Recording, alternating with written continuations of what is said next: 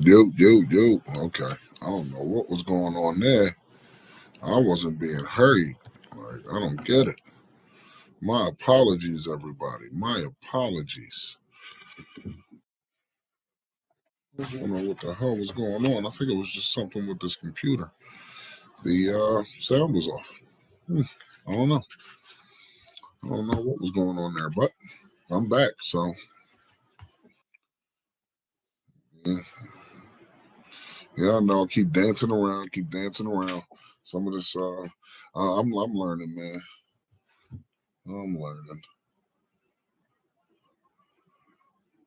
So yeah, again, let's get into. There we go. What up, bro? I gotta make you a moderator. You one of my mods, bro. If motherfuckers, if somebody walks up in here and they start getting beside themselves, you got the right to knock them the fuck out. Get them the hell out of here. You know what I'm saying?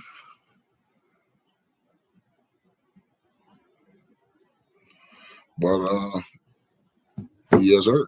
Um, yeah. So let's getting back into the 53-man conversation. I guess I should start over for anybody who wants to come on in. Yeah. So I mean, you already heard me talk about Dak Prescott, Will Greer, Joe Milton. I think Joe Milton's going to be the third quarterback, but I am not the coaching staff. They're going to do what they want to do. We have an emergency third quarterback who, and this is all teams in the NFL. You get an emergency quarterback who doesn't count towards your 53. I'm saying I think they count towards the 46, but not the 53. So you could put them on game day if you would, if indeed an emergency is necessary. But it's not going to happen. Just saying. Phil Maffa, Jadon Blue, Javante Williams, Malik Davis. I personally think Malik Davis has a real shot to make this team. I mean, to come off the couch and walk into a game, 7 carries, 63 yards, that says something to me, at least. You know what I'm saying? And he's already showed. Uh, I'm not watching that, bruh. I lived that documentary. I lived it. You know what I'm saying? I don't want to see that. I already knew Michael Irvin and a bunch of other dudes on the team were degenerates. I already knew those dudes was into some shit. You know what I'm saying? Like the news came out. Michael Irvin stabbed a nigga over the neck in the neck over some coke. So I don't need to go rehash that whole thing. I mean, as Jerry said, it's a soap opera. So I already saw that episode. You know what I'm saying? That's just me. You know what I mean? There's no reason for me to go watch that crap. So and besides, I'm not giving Jerry any more shine than he deserves. I need everybody to understand this. In fact, give me a second. It's getting kind of hot in here. Um, I need everybody to understand this. Anybody who's in here watching, anybody who's just listening. Let me help everybody understand this. In fact, I can go as far as this, right? That's the Dallas Star. That's the Cowboy Star. Okay. This is how much I am not riding with Jerry.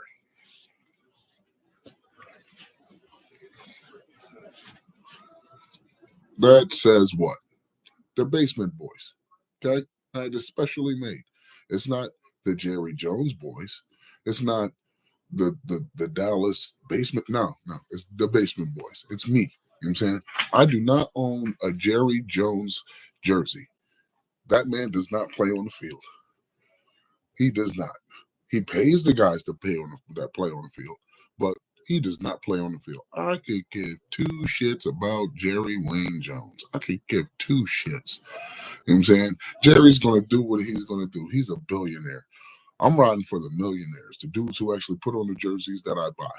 The dudes who actually go out there, strap on their helmets and their equipment and put their lives on the line. Those are the dudes that I'm rocking with. You know what I'm saying? You know what I'm saying? So when it comes to Jerry Jones and his documentaries and his interviews one on one with Stephen A and all this while not getting a deal done with Michael Parsons, while shitting on Trayvon Diggs and while not doing anything to make this roster better. Yeah, no, I ain't got time for it because he is technically the GM. So yeah, no, I'm not doing that. I'm not going. So I'm going to jump back into my roster projections. You know what I'm saying? Right now I'm at 7. So my quarterbacks, yes, he did. Michael Irvin had some shit, bro. Michael Irvin was larger than life back then.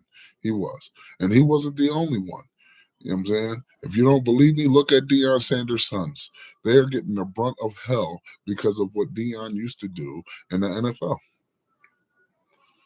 They're trying to humble these kids. You know what I'm saying?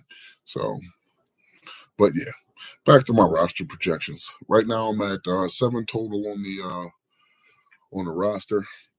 Now we're going to dive into the wide receiver room. Now we already know the who's who. You know what I'm saying? And bro, I'm glad you're here. I have to thank you. I have to thank you for a name that I'm going to have to say right here. Okay. I appreciate you. I appreciate the fact that the Pittsburgh Squealers don't give a shit about offense. I appreciate it. I do. I appreciate the fact that y'all don't care so much about offense. You'll put all your money on the defense. I'm fine with it. I'm so happy that you went out and got DK Metcalf and decided to move off of this guy. I really am. I'm excited. I appreciate you guys for really not giving a fuck about offense. Thanks, bro. So, my wide receivers, which is crazy, 100%. How do you get DK Metcalf and bring him to the CD Lamb of Pittsburgh and then move off of the CD Lamb of Pittsburgh to send him next to CD Lamb? That's crazy. That's fucking crazy. So, with that being said, my wide receivers are going to go as such. I'm carrying 6. Okay. Carrying 6 wide receivers, which will put me at 13 players on this 53-man roster. That gives me 40 to go after this 6. So, and there is context to this choice. There is context to this choice. So you got Lamb, wide receiver 1. And you got, again, thank you, George Pickens, wide receiver 2. 1B, whatever, however you want to say it. Then you have Kevontae Turpin. Now, here's where the context comes in. Kevontae Turpin is definitely one of your best weapons. He is not a true wide receiver. He's 5'8", 160 pounds. He is not a true wide receiver. He's your return guy. Okay. So I don't expect to see him much as a wide receiver 3. But the reason why there's 3 other names I have to say. You got Jalen Tolbert, Ryan Flanoy, and Jalen Brooks. These are the guys that I envision, if they were to carry 6, would be on the team. And there's a reason why one of these guys really shouldn't be there, but you know what I'm saying, for sake of an argument, that's why we're here. So Jonathan Mingo went down with an injury. 2 to 6 weeks he could return. So that means I wouldn't expect to see Jonathan Mingo until week 5. You know what I'm saying? Because he went down last week. And that was game 2 of the preseason. So that gave us 3 weeks before game 1. Then he would have another 3 weeks, right? So I wouldn't expect to see him until week 4. Week 4, week 5. That's just me. Mingo getting hurt. You don't want to move off of him because he was definitely a bright spot in preseason. Him, Ryan Flanoy, even Jalen Brooks. You didn't see Turpin, Pickens, and Lamb because they're your guys. You know what I'm saying? They're pretty much solidified. Jalen Tolbert, even though he led the team in touchdowns last season, I'm not high on him. I haven't been very high on him, mainly because when CD went down, yeah, he stepped it up, but he didn't. He's going into year 4 now. I think year 4, year 5, year 4. I think he's going into year 4. Him going into year 4 and only amassing about 1,000 yards within his first 4 seasons doesn't speak well. Would he be a better wide receiver 3? Yeah, especially behind Lamb and Pickens. Of course, he would definitely be a valuable number 3. But that's if as if we didn't see what we saw in preseason as far as the Cowboys fans are concerned. Watching preseason, we've seen Flournoy just burst on the scene, get open. Now, we've seen this from him last season as well. The issue last season was the coaching staff was different. The coaching staff didn't utilize this team the way that they should have utilized this team, mainly because of injury. I get it. But even then, you still had an opportunity to get certain guys on the field, and you didn't. The Ryan Flournoys, the Jalen Tolberts. I have my own issues with Jalen Tolbert, or with Jalen Brooks, but I'm not going to say they're quelled. Just because he had a pretty good preseason. He had a pretty good preseason last season. So I'm not going to say that they're completely quelled. But what I will say is he at least gives me upside on special teams. Him and Ryan Flournoy. A lot of people are banging the drum saying Tolbert is really good in special teams. I don't see it. I live in the world of consistency, right? You have to be consistent. What I've seen from Ryan Flournoy for these past 3 weeks, even through training camp, consistency. What I've seen from Jalen Brooks, even through camp, OTAs and everything, consistency. I can't say the same for Jalen Tolbert. I can't. I've even seen consistency from Jonathan Mingo, but I can't say the same for Jalen Tolbert. I can't. For me, Jalen Tolbert would not be here. But being so Mingo is out, it's the same as when George Pickens came. When George Pickens came, that pushed the guys that were under CD down a spot or two. You know what I'm saying? Because before George Pickens, it was Lamb, Tolbert. Lamb, Tolbert, Flournoy, Mingo, Brooks. That's how it was. Now that Pickens is here, everybody else moves down. But then what we saw is what you wait for in the preseason is for the cream to rise to the top. While Jalen Tolbert steadily dropped, Mingo made his name, moved up. Flournoy definitely made his mark. Even Jalen Brooks made his mark. Unfortunately, Trayshawn Holden, UDFA out of Oregon, really good guy. Good hands, good speed. He can run routes. He is UDFA rookie. He has a lot to learn. You know what I'm saying? Hey, Paula, how are you, darling? I'm glad you can join me. I gotta make you a moderator too. Everybody gets a mod. She good peoples, bro. Watch her on the spaces. Talk to her on the spaces. She's really good. Where was I at? I was at Tolbert. Yeah. So Jalen Tolbert's just not enough consistency. On top of that, there is an archetype to some of these players that I would like. Where Lamb is more your finesse guy, where Turpin is your speed guy. Flournoy brings a bit of three things: speed, finesse, and physicality. Same thing Mingo brings. Same thing Pickens brings. I understand that's a lot of redundancy. My guy Vach says, be careful of redundancies.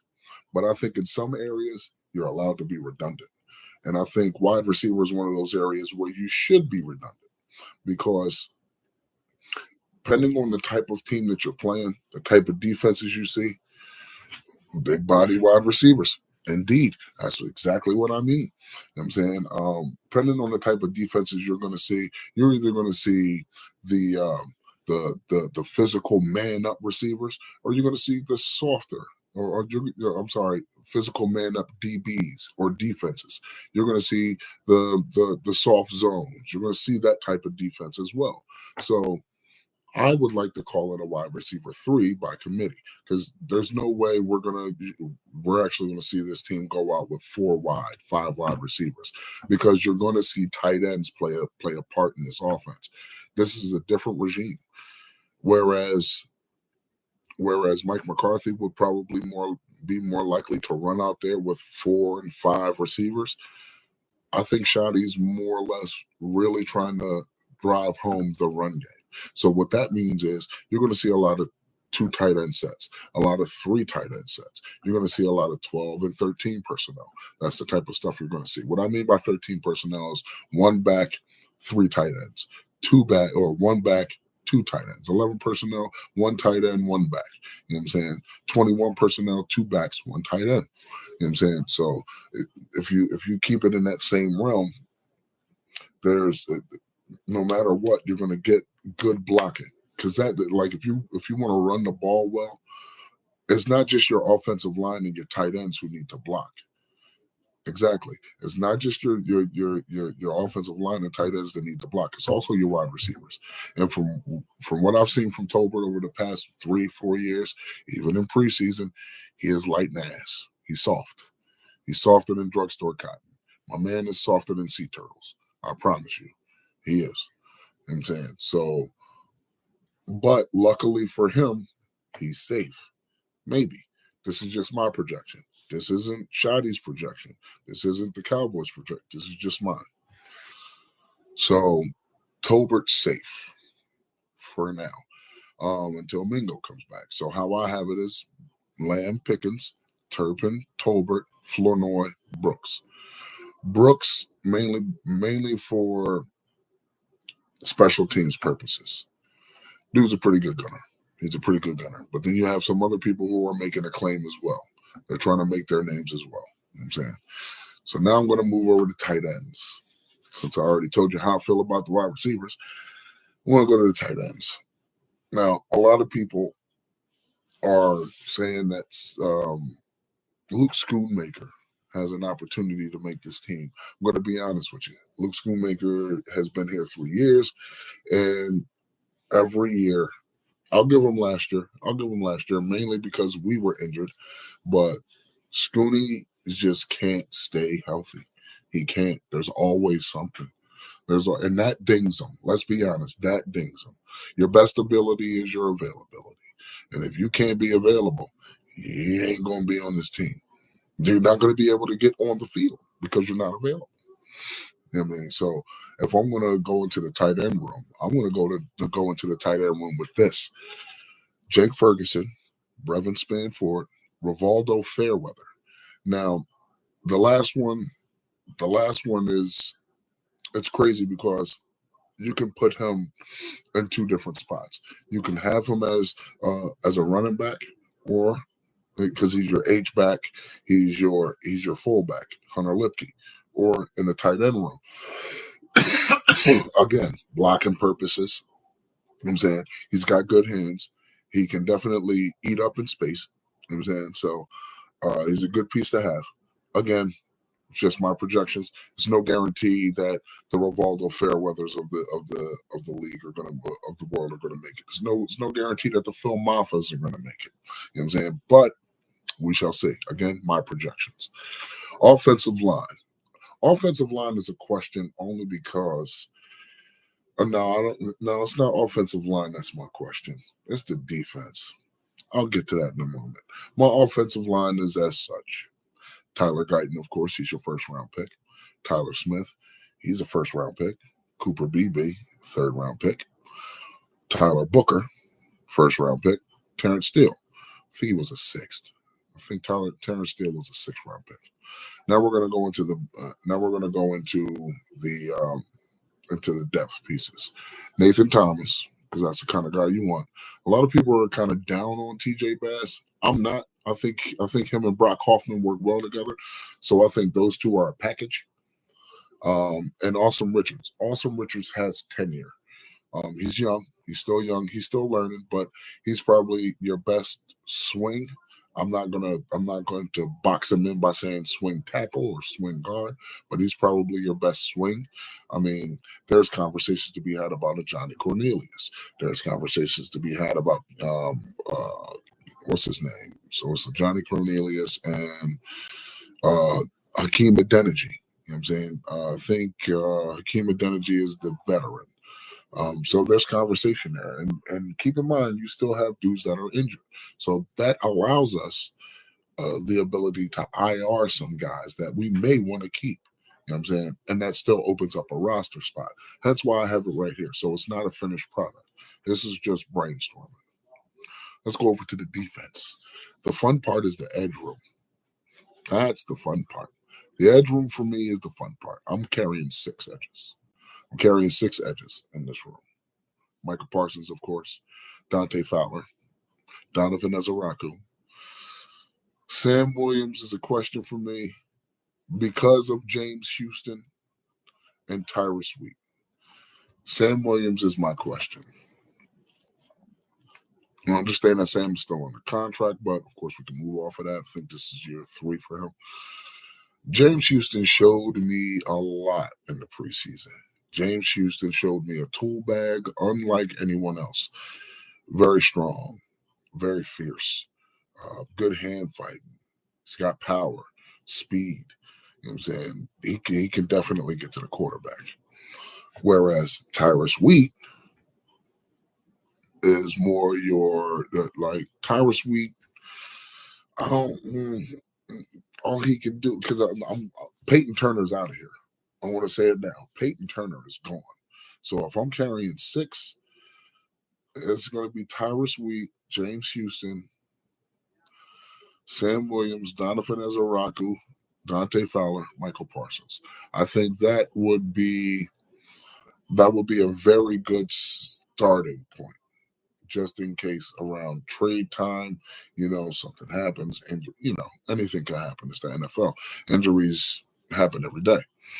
So that's just where I'm at there. Sam is the question mark, man. Sam is the question mark. And it's not because of Peyton Turner, it's just because of James Houston.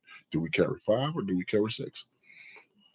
I'm going to go over to the DT room. Now, this is where shit gets dicey.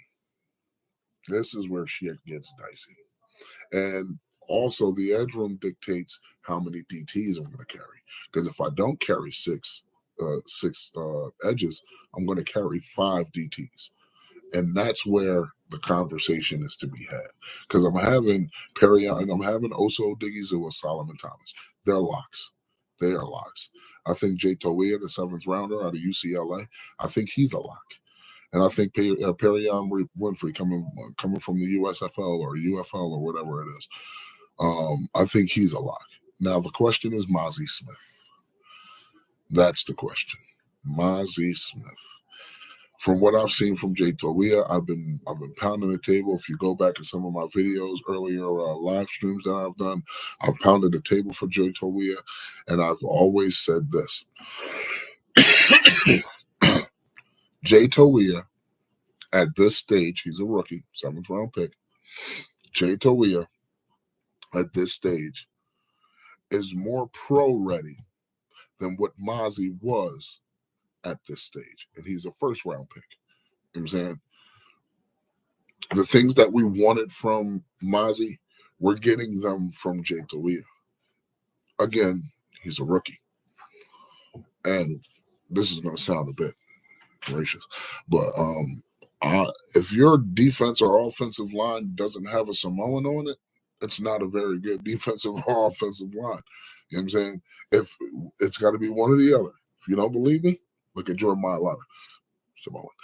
Look at Vita Vea, Samoan. There's quite a few teams. Even your Pittsburgh Squealers has a few of them. You know what I'm saying? Something about these Samoans, man. Something about them. They're just crazy. And again, depending on if we carry 5 edges, that'll dictate if I bring back Mozzie. That'll dictate if I bring back Tommy Akingbasotay.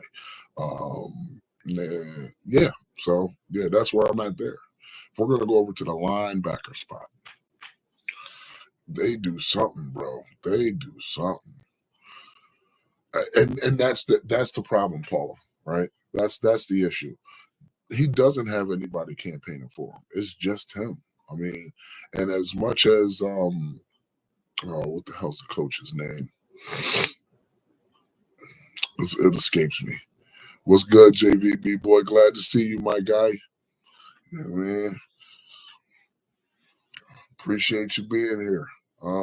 As much as some of these coaches may say that they like Mozzie, it's just he's definitely yeah. Yes, sir. Yes, sir. Always a pleasure. You know what I'm saying? I just don't see Mozzie making the mustard, but cutting the mustard on this one. I don't see Mozzie cutting the mustard. You know what I mean, so it definitely is Zimmer fit. Or honestly, he belongs in Washington. Let's be honest. He's a lesser Jonathan Allen. That's what Mozzie is. Mozzie is a lesser Jonathan Allen. Doesn't he just does not fit? Yeah, it's not like we did him any favors as an organization. Hey, we got Mozzie Smith, but Dan Quinn wanted him to slim down so he can rush the passer. Okay, that didn't work. So then Zimmer comes in. I need you to put back on weight. That didn't work either because he was still getting moved out of the. Now, there is a caveat to the DT position. There is a caveat to the DT position. A DT, a DT's job is not to get tackles for loss. A DT's job is not to get sacks. A DT's job is not to get pressures. If he gets that, beautiful. That's extra. A DT's job is to eat up blocks and keep his linebackers clean. If the DT is holding up two players, that is 40% of the offensive line, which means your safeties and your linebackers have to fill behind him. And if they don't, that's why we get gashed on the run going up the middle. Okay? Going up the middle. Now, everybody says we can't stop the run and the DTs are the issue. That's not true. Our issue is we don't set the edges properly. Hence why I wouldn't mind 6 edges. You know what I'm saying? Keep fresh bodies. But we have our issues on the edges. We can't set them. We can't set the edges. And at the time, I guess the schemes didn't dictate for until it became a Zimmer scheme with the double A mug. You know what I'm saying? We never fit. We never were flowing and we never fit those gaps. We never like came down unless you were a Maris Leofau. We'll get to him in a second. You know what I'm saying? So that is the job of a DT. So are we going to say that Mozzie is a bust? I'm not going to say he's a bust. I'm just going to say he doesn't fit with the scheme that we have. Athletically, he is not that guy. The thing with Mozzie was known as the strongest dude coming out of Michigan. The strongest dude coming out of Michigan. Here's the problem with that. When you get to the NFL, you're no longer the strongest dude.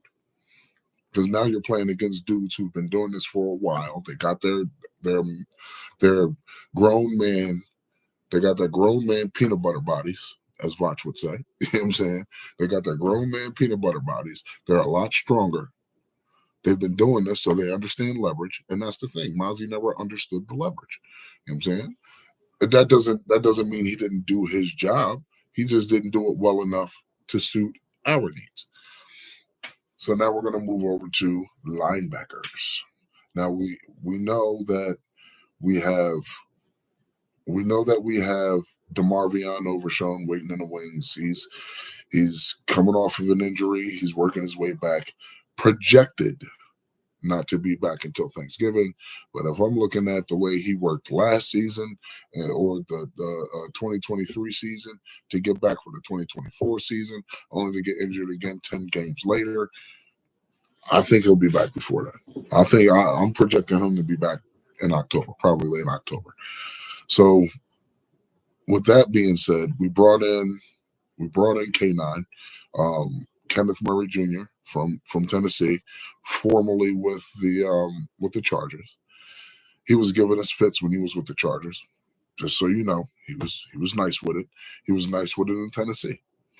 We're hoping to see something good from him because we didn't get to see anything in the preseason or the offseason. He just had a kid. Congratulations to him. We have Jack Sanborn. Jack Sanborn was a 5th-round pick, handpicked by our defensive coordinator, Matt Eberflus, for the Chicago Bears when he was the head coach. And when he finally got his opportunity, he definitely made sure he made the best of it. So now he's here. And they're saying he could be the starting Mike linebacker. which I wouldn't be mad with. We've gotten to see him play in the second or third game of preseason, or I think just the second. And for what he did there, I saw that he can handle the job. Again, didn't see much from Kenneth Murray Jr. Then we have Damone Clark. Okay, we have Damone Clark. So I think we're going to carry five. I think we're going to carry Leah Fowl, Kenneth Murray Jr., Jack Sanborn, James Houston. I'm sorry, Shamar James, and Damone Clark. Damone Clark is safe. Damone Clark is safe only because DeMarvion Overshown is out.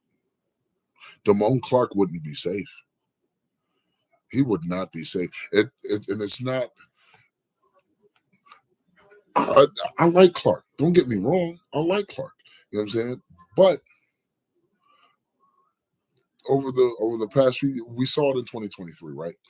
Prime example, prime game. That one game that we saw that really showed his deficiencies was the Buffalo game. He can't cover. He's a linebacker, Donovan Wilson. He can't cover, unfortunately. He did.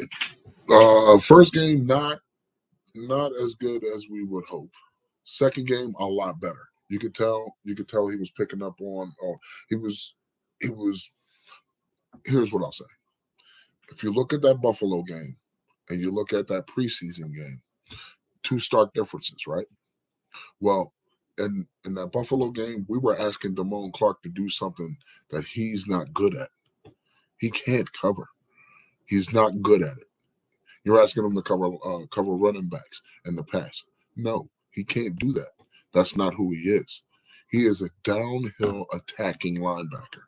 That's what he is.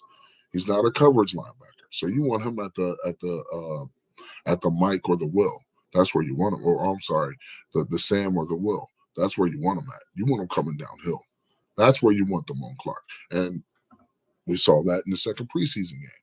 He was all gas, no brakes, making plays left and right, coming downhill. He wasn't asked to cover. You know what I'm saying? The previous regime wanted him to cover. Granted, injury. So it's not all his fault, but there are things that you should be able to do as a linebacker. One of them is cover. Unfortunately, he had to cover James Cook, and that didn't work out well. But because Overshown is out, that makes Damone Clark safe. That's the only reason there. Maris Leofow. I can't say enough about that kid. I can't say enough about that kid. That dude, it doesn't matter. He's one of those dudes who's coach proof. He's regime proof. You know what I'm saying? You got wide receivers who are quarterback proof. You got quarterbacks who are wide receiver proof. You know what I'm saying? Sometimes you got linebackers that are coach proof. I can't say enough about Maris Leofow. That kid, yeah, well, he's going to be here for a long time. Whatever, I think this is year two for him, and the game is slowing down, and he's got a little bit more size to him. He seems faster. He's diagnosing better. Like, yeah, yeah. Maris Leofow is going to be a mainstay. You're going to hear his name a lot this season. Let's go touch on the cornerbacks. Now, this is where injuries matter. Okay, this is where injuries matter. And this is where having UDFAs come in and having trades come in and actually working out well is beneficial. So all Cowboys fans, I'm gonna be honest. I don't think we do. I don't think we do. I really don't. If Here's why. All right. So Diggs is projected to be back at least week 3. Week 2, week 3. I don't expect to see him week 1. Something tells me we might. Okay. Now, this is what I'll say about Diggs. This is something I've been thinking about all day. Out of the almost 20 interceptions that Deron Bland has, There isn't a team he picks on more than the Philadelphia Eagles. There isn't a team he picks on more. I think he has 6 interceptions against the Eagles from his inception in the Cowboys. You know what I'm saying? He picks on the Eagles. I love it. So I would be pleasantly surprised if he was back for week 1, but we shall see. I'm projecting week 2, week 3. So we have. I'm gonna go off the guys that are healthy. So we got Deron Bland, Kyrie Elam. I like Kyrie Elam. I like what he's shown us. Me personally, again, my projections, not Shotty's, just mine. I like Israel McQuamu. I like Israel McQuamu in the slot. I do. I like Israel McQuamu in the slot. Izzy has a few things going for him. Israel McQuamu has experience, and he has length, size, length. 6'4" to 220. It's a big boy for a corner. It's a big boy for a corner. If Deron Bland doesn't want to move back in to the slot, Israel McQuamu can. Israel McQuamu hasn't just been playing corner; he's been playing safety as well. But Israel McQuamu is one of those dudes. If you go back and look at that Tampa Bay game when we retired Brady, Chris Godwin couldn't do shit with Israel McQuamu. He couldn't do a damn thing with Izzy. Izzy was locking it up. So that gave me hope to know that if we had to rely on depth, Israel McQuamu will be a bright spot. Now we have a UDFA. He's been flashing, showing his ass all preseason. Not so much the third game, but you know, Zion Childress out of Kentucky. He's a UDFA, undrafted free agent. Zion Childress has a unique skill. Zion Childress is a hitting corner. He doesn't mind playing a run. He doesn't mind blitzing. He comes with physicality. Does he have his shortcomings? Does he have issues sometimes in his coverage? Sometimes. He'll get lost, you know what I'm saying, on occasion. But he'll make the play more times than not. So I'm really looking forward to seeing what we get out of Zion Childress. You know what I'm saying? And then we have the 4 injured guys. You got Diggs, Revel, Carson, and Butler. Diggs is more game ready than Ravel. I'm not sure about Butler yet, but it was so late in the season when he tore his ACL. Butler might be one of those IR guys. You could stash him. You know what I'm saying? Revel, depending on how well his recovery is, he might end up being redshirted next week. You know what I'm saying? And then you have Kalen Carson. Kalen Carson is the bane of my existence. Okay. Because like Schoolmaker, he can't stay healthy. He can't. Even from last year. Now last year, like he got thrown to the wolves and he was eaten alive. He was eaten alive last season. No, we have not. We haven't gotten any. Well, not that I've seen. I haven't seen any updates on Josh Butler. But from what I understand, him and Diggs have been rehabbing together, and Butler looks just as fluent as Diggs. But I don't want to rush it because we have the depth. You know what I'm saying? We have the depth.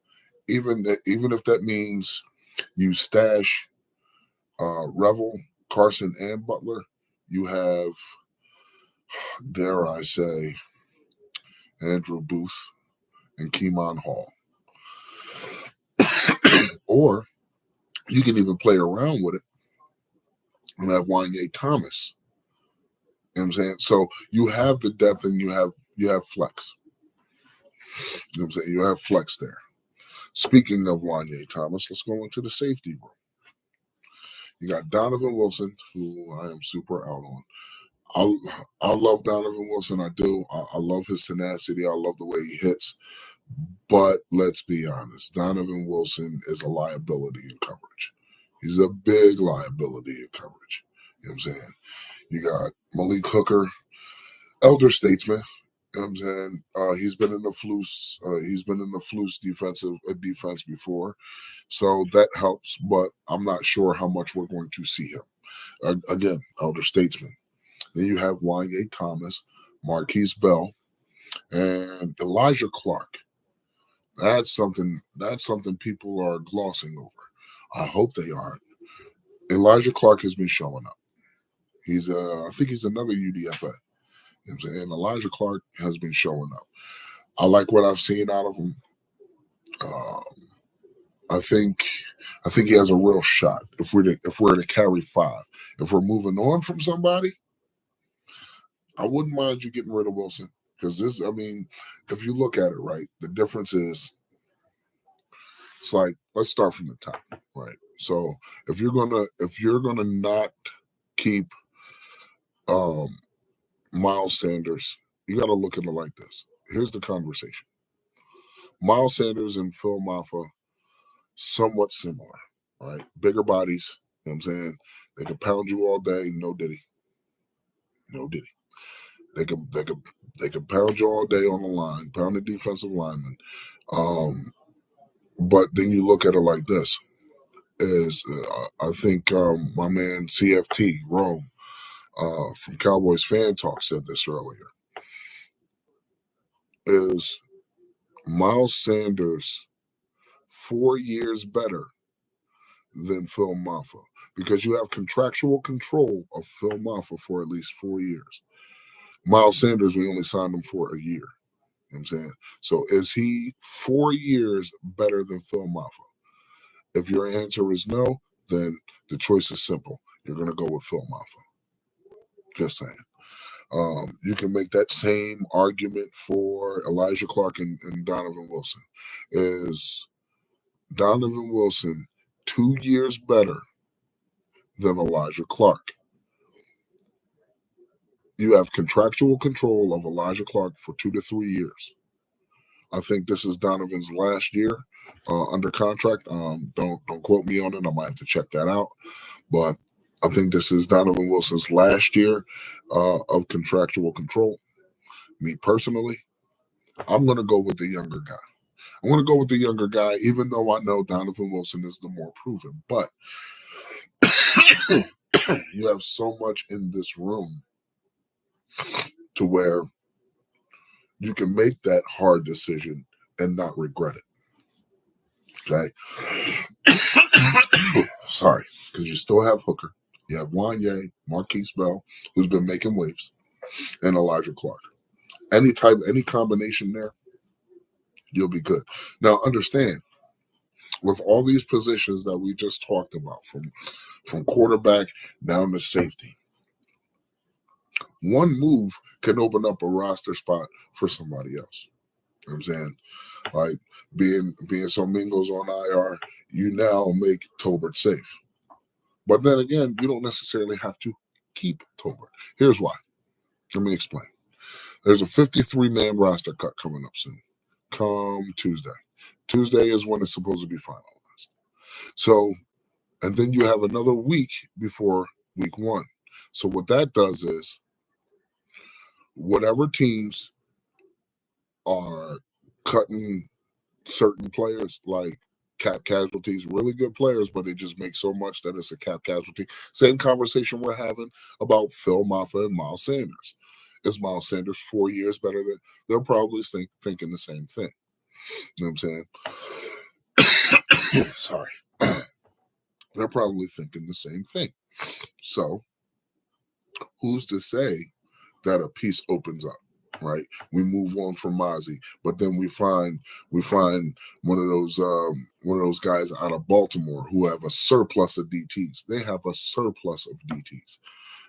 They could be moving on from one who is really, really good. We can dive in, go see that.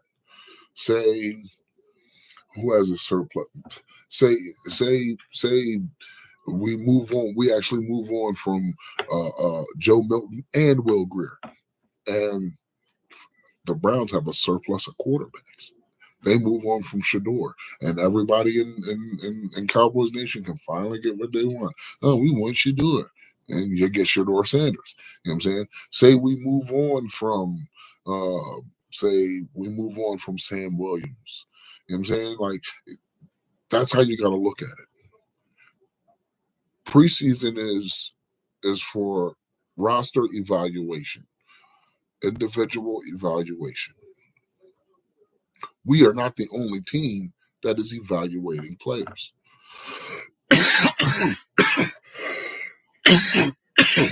Sorry, just trying to get over a cold.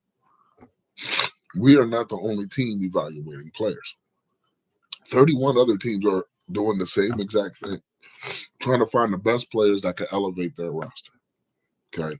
And like I said before, I understand there was questions when we were in the spaces, Paula. I understand there was a question about the fact that history shows that the Cowboys never really go out there and do that sort of thing. Bring other players in because we love our guys. Well, if you look at how Shoddy was able to get George Pickens here, Eberflus was able to get a Jack Sanborn here, a Kenneth Murray here, a Kyer Elam here. You know what I'm saying? Dante Fowler, bringing him back. You know what I'm saying? If we look at that and follow and then like read the tea leaves, these guys are actually having more roster control than what the previous regime did. Because remember, when we had Dan Quinn wanted Bobby Wagner. We didn't bring him in.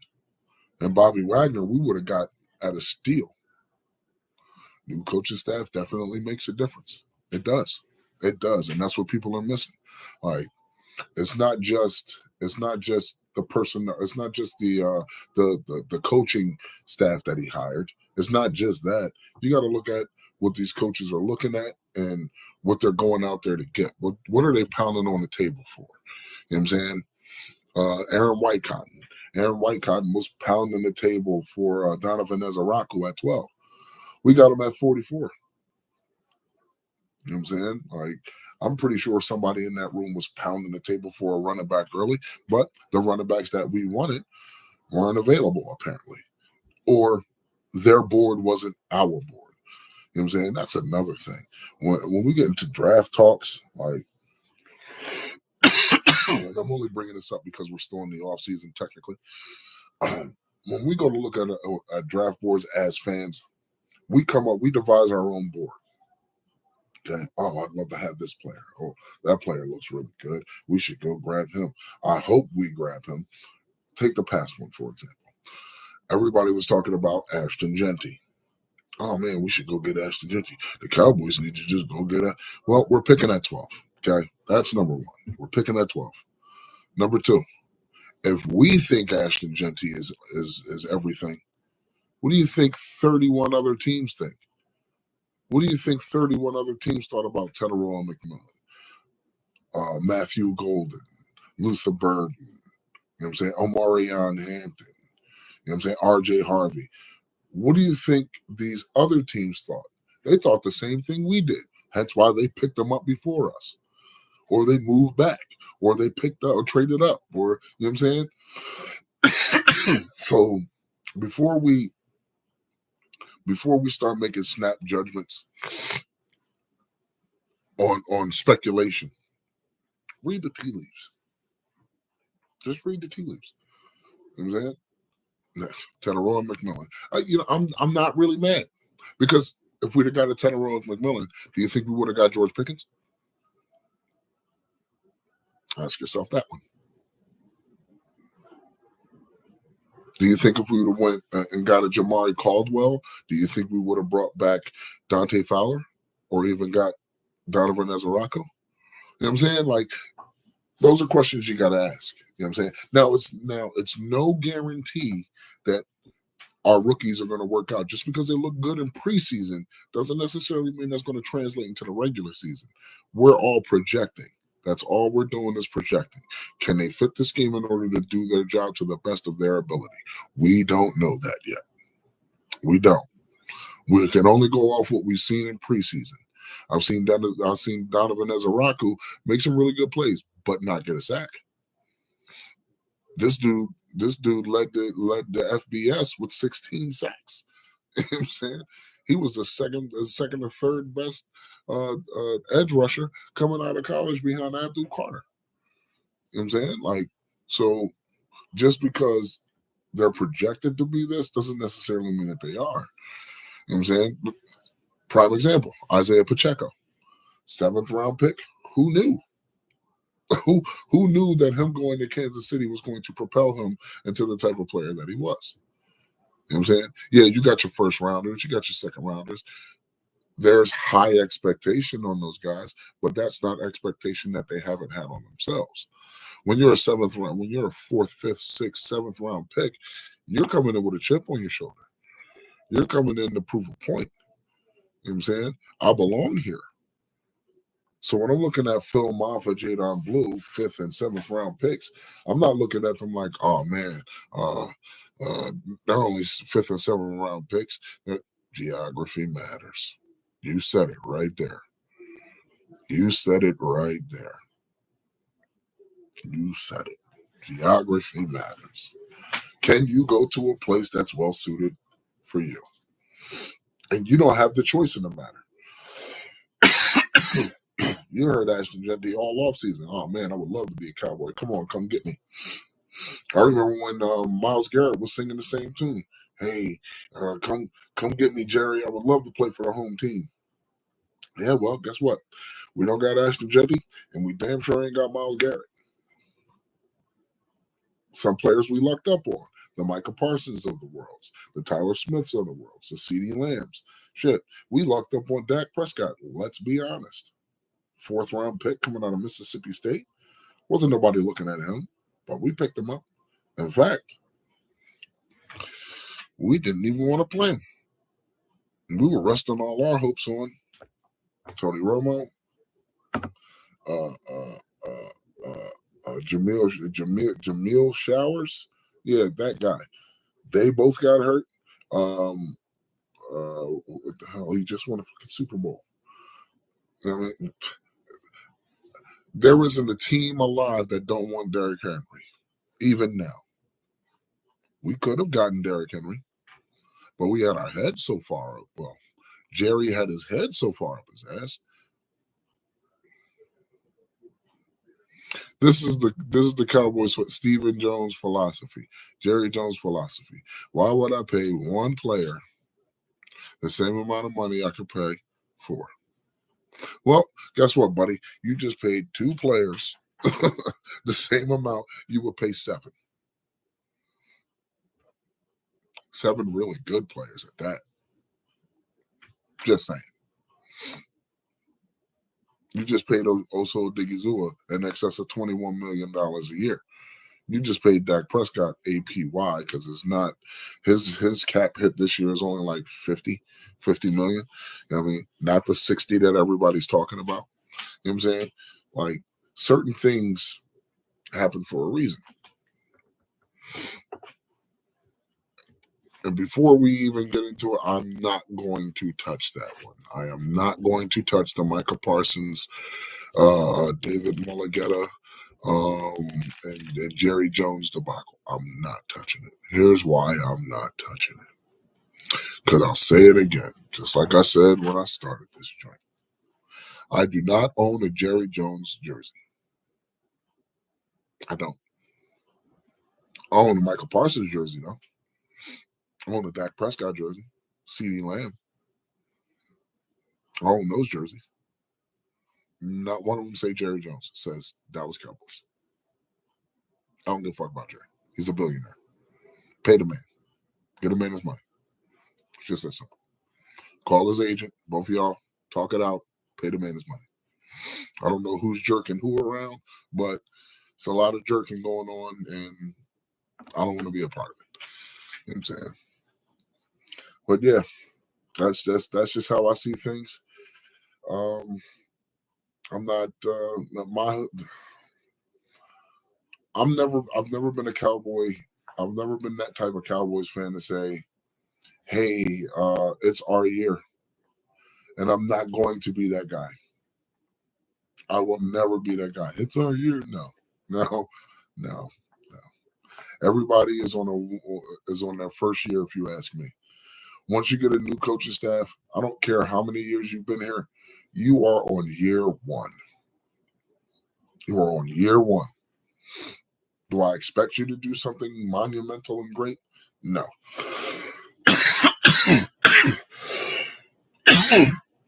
Pardon me. Would I like you to do something monumental and great? Fucking right. Hell yeah. I would love for the Cowboys to just come out and lay waste to the NFL. I would love to go 17-0. I'd like to go 21-0. But that's not reality. Not even the Patriots could do it. Just saying. It's not reality. It's not. So I'm just looking forward to seeing what these roster cutdowns are going to be, if they're going to be anything close to mine, if they're going to be slightly different.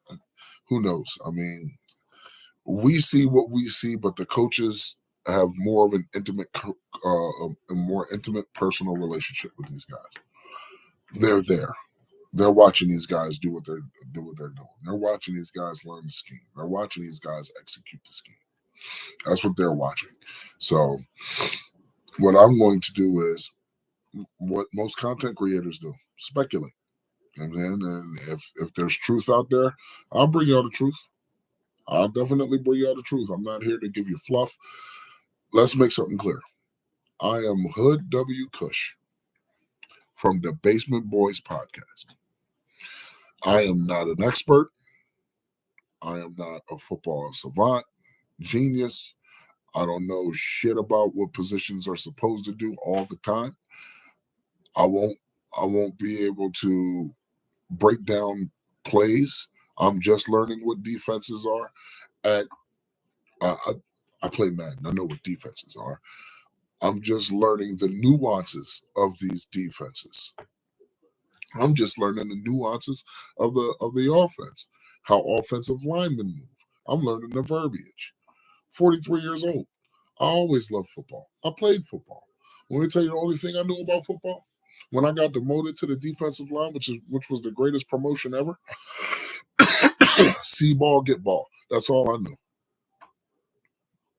I didn't know nothing about hitting the A gap, B gap, C gap. I didn't know nothing about that. All I knew was split these two right here, get that guy that has the ball. And I did it very well. I did it very well. You know what I'm saying? So if you're looking for me to break some news, I can't do that. I'm not a reporter. I'm not out there with those guys. You know what I'm saying? What I can do is give you the information that's afforded to me. That's the only thing I can do. And I plan to do that to the best of my ability. So with that being said, I appreciate everybody for being here. Paula, thank you very much for being here. Hope you liked it. I hope you shared it. I hope you subscribed it. Tell your friends about it. Hopefully they would like to listen to a new up and coming content creator. Again, I'm no expert, but I'm just here to give you guys the best information that I can give and give you my opinions and my takes. You know what I'm saying? You're welcome to disagree. This is a safe space. I'm not here to bash anybody unless you're a Pigeons fan. And you better not be a fucking Washington fan walking up in my space, because I'm definitely going to light your ass up. Me and my constituents. You know what I'm saying? And I appreciate everybody for being here at 1:10 in the morning in New Jersey. You know what I'm saying? So I want y'all to know I appreciate you. I love you dearly. I want you guys to have a great night. All right? The Basement Boys. Out.